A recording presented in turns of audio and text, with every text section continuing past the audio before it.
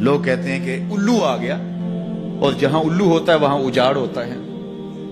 یہ بربادی کی علامت ہے. الو استعارہ بنا لیا بربادی کا، اور یہ ہمارا خود ساختہ ایک تصور ہے کہ جس جگہ پہ الو بولیں، الو بیٹھیں تو وہاں بربادی آ جاتی ہے. عجیب فلسفہ گھڑ لیا. الو کے بولنے سے بربادی کیسے آئے گی؟ اور اندر کا نفس الو بن گیا تو پھر بربادی آئے گی. اس کو دیکھو کہ وہ خراب تو نہیں ہو گیا. میں کہتا ہوں ایک گھر میں صبح کا آغاز سجدوں سے ہوتا ہے، پھر سورہ یاسین کی تلاوت کی جاتی ہے. سارا دن گھر کے اندر محبت، چاشنی اور پیار سے افراد خانہ کا وقت گزرتا ہے. کمائی کر کے لانے والا گھر کا کفیل رزق حلال لا کے اپنے بچوں کو کھلاتا ہے. نظر کی پاکیزگی اور خیالوں کی طہارت کا ساما ہوتا ہے. شام کو سورہ واقعہ پڑھی جاتی ہے، سونے سے قبل سورہ ملک کی تلاوت ہوتی ہے. دہلیز پہ آنے والے سائل کو جھڑکا نہیں جاتا، مہمان کی عزت کی جاتی ہے، تکریم دی جاتی ہے. گھر کو صاف ستھرا رکھا جاتا ہے. قرآن کی تلاوت کی مہک پھیلی ہوتی ہے گھر میں. گھر کے اندر درخت پر 100 الو بھی بیٹھ جائیں اس گھر میں بربادی نہیں آئے گی. اور ایک گھر میں اللہ کے حکموں کو توڑا جاتا ہے.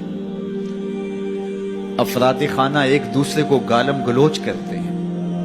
قرآن کبھی کھول کے کسی نے نہیں دیکھا، سجدے کی کسی کو توفیق نہیں ہوئی. تو گھر کے اندر جو مرضی رکھ لیں برکت نہیں ہوگی. میاں یہ تو تمہارے اعمال کا نتیجہ تھا، لیکن تم نے لگا دیا الو کے کھاتے کہ الو بیٹھ گیا یہ سب کچھ بربادی ہوئی. تم نے وعدے توڑے، تم نے لوگوں کو 2 نمبر مال دیا، اس لیے تمہاری فیکٹری برباد ہوئی، اس لیے تمہاری دکان نہیں چل رہی. کہ تم کہتے کچھ ہو دیتے کچھ ہو. ایک مرتبہ جو دھوکہ کھاتا ہے وہ دوبارہ تمہاری دکان پہ نہیں آتا. یہ الو کا کام نہیں ہے، یہ تمہارے نفس کے الو کا کام ہے.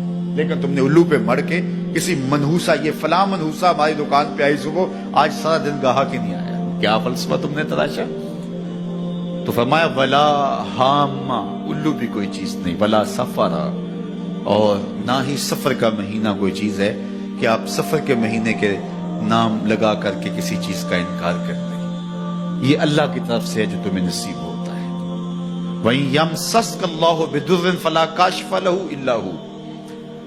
اللہ تعالیٰ تمہیں کوئی نقصان پہنچانا چاہے تو کوئی اس نقصان کو دور نہیں کر سکتا سوائے اللہ کے. اور اگر اللہ تمہیں کوئی بھلائی دینا چاہے، تمہیں بہتری عطا کرنا چاہے، فَلَا رَادَّ لِفَضْلِهِ، اللہ کے فضل کو کوئی واپس بھی نہیں کر سکتا، لٹا بھی نہیں سکتا. اللہ کے فضل کو کوئی ٹال بھی نہیں سکتا. سارا زمانہ لگ جائے کسی شخص کو نقصان پہنچانے کے لیے، لیکن اللہ کی نصرت اسے نصیب ہو، کوئی بال بھی بھیکا نہیں کر سکتا.